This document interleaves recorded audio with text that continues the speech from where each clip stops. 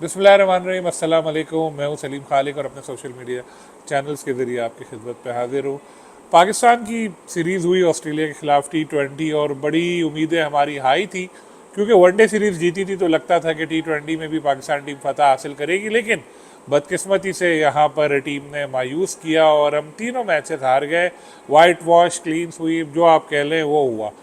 आज जो तीसरा मैच खेला गया उसमें हैरान कुन तौर पर कप्तान मोहम्मद रिजवान ने ही हिस्सा नहीं लिया और सलमान अली आगा को क़यादत की जिम्मेदारी सौंपी गई। इस तरह के फैसले आम तौर पर तब दे आते हैं सामने जब आप दो मैच जीते हुए हो और फिर सीरीज़ दाव पर ना लगी हो, लेकिन यहाँ हम सीरीज़ गंवा चुके थे, क्लीन स्वीप का हमें खदशा था।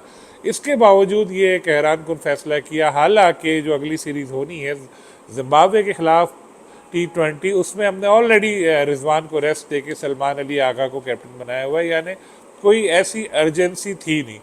बहरहाल एक फैसला ये सामने आया और नए कप्तान की ज़ेर क़यादत पाकिस्तान टीम उतरी। बैटिंग हमारी वैसे ही इतना अच्छा परफॉर्म नहीं कर पा रही थी, लेकिन खिलाफ तवक्को आज आगाज़ अच्छा हुआ और अच्छा पावर प्ले का हमने इस्तेमाल किया। 6 ओवर में 58 रन बना लिए थे, सिर्फ एक विकेट गिरी थी थैंक्स टू बाबर आजम। बहुत ज़बरदस्त उन्होंने इनिंग खेली और एक विकेट गिरने के बावजूद वो अपना लगे रहे। ख़ास तौर पे उनके जो स्ट्रोक्स थे, ग्राउंड शॉट थे, बहुत अच्छे थे उनके।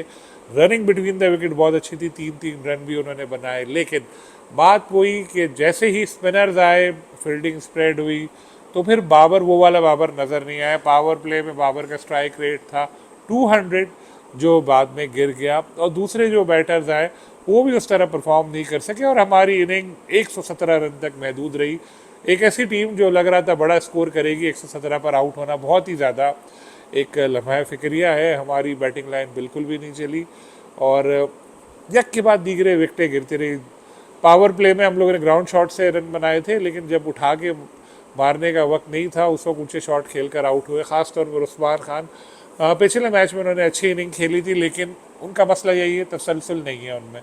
चल गया तो हीरो, नहीं चला तो ज़ीरो। तो उनका वही है कि पिछले मैच में अच्छा, अभी वो शुरू में ही आउट हो गया और उन्होंने विकेट गंवा दी। जिस तरह हमने देखा बाकी बैट्समैन भी कोई अच्छा परफॉर्म कर नहीं सके। एक ना तजुर्बेकार टीम हमें लगी है ये, जिसमें बैलेंस इतना नज़र नहीं आया और ख़ास तौर पे पावर हिटर्स की कमी है, ओपनर्स के हवाले से मसाइल हैं। इस सीरीज़ में एक अच्छी चीज़ हमें ये नज़र आई कि जो हमारे पेसर्स हैं, पेसर्स क्या, हारिस रऊफ़ की परफॉर्मेंस जो है वो अच्छी रही थी वनडे में। ख़ास तौर पे मैं बात करूँ T20 में तो हमारे पेसर्स की काफ़ी पिटाई लगी और बॉलिंग फिर भी बेहतर। तीसरे मैच में रन ही इतने कम थे, 117 पे हम क्या किसी से तवक्को कर सकते हैं। लेकिन बैटिंग हमेशा की तरह हमें इसने मायूस किया और अब एक अच्छी चीज़ है चले कि सिलेक्शन कमेटी ने अच्छा डिसीजन लिया है कि जो जिम्बाब्वे के खिलाफ सीरीज़ है उसमें यंगस्टर्स को मौका दिया है। कैप्टन भी नए हैं, सलमान अली आगा उसमें कैप्टनसी करेंगे T20 में। वनडे में तो रिजवान होंगे, लेकिन यंगस्टर्स ज़्यादा हैं। ये बहुत अच्छी चीज़ है। हम लोग हमेशा से यही कहते रहे हैं कि जी जो छोटी टीम है उसमें यंगस्टर्स को मौका देना चाहिए, क्योंकि इनके खिलाफ फिर बड़े प्लेयर हमारे खेलते हैं, परफॉर्म करते हैं, रैंकिंग भी बढ़ती है और एवरेजेस और स्कोर भी बढ़ता है। फिर वो बोलते हैं यार ये तो बड़े स्टार है और नए लड़कों को मौका ही नहीं मिलता। यहाँ बच्चों को खिलाना चाहिए और बिल्कुल सिलेक्शन कमेटी ने एक अच्छा एक डिसीजन लिया है। एक और अच्छी चीज़ देखने को हमें मिली है कि आकिब जावेद अब बन गए हैं हेड कोच भी वाइट बॉल टीम के, बुरी तौर पर चैम्पियंस ट्रॉफी तक। और आकिब सिलेक्शन कमेटी में जब से वो आए, आपने देखा होगा टेस्ट सीरीज़ पाकिस्तान ने हराई, इंग्लैंड को बड़ा ज़बरदस्त परफॉर्म किया, स्पिनर्स को खिलाया, स्पिन पिचेस बनाई, आकिब का बड़ा इंपॉर्टेंट रोल था उसमें। ऑस्ट्रेलिया को भी वनडे सीरीज़ में हराया, उसमें भी टीम हमारी अच्छी थी। लेकिन T20 में मसाइल सामने आ रहे हैं जो नज़र आ चुके हैं, होपफुली आइडेंटिफाई हो गए हैं, आगे जाके उनको हल करेंगे ताकि अच्छी परफॉर्मेंस हमारी टीम की सामने आए। हमारे यहाँ होता यही है कि कोई बंदा एक जगह परफॉर्म करे तो उसके बाद उसको हर जगह इस्तेमाल किया जाता है कि यार ये बस बड़ा इंपॉर्टेंट प्लेयर है। ये जैसे अगर हम क्रिकेट की बात कर लें, क्योंकि बंदा टेस्ट में स्कोर करे तो हम कहते हैं यार इसको वनडे भी खिलाओ, तो इसको T20 भी खिलाओ।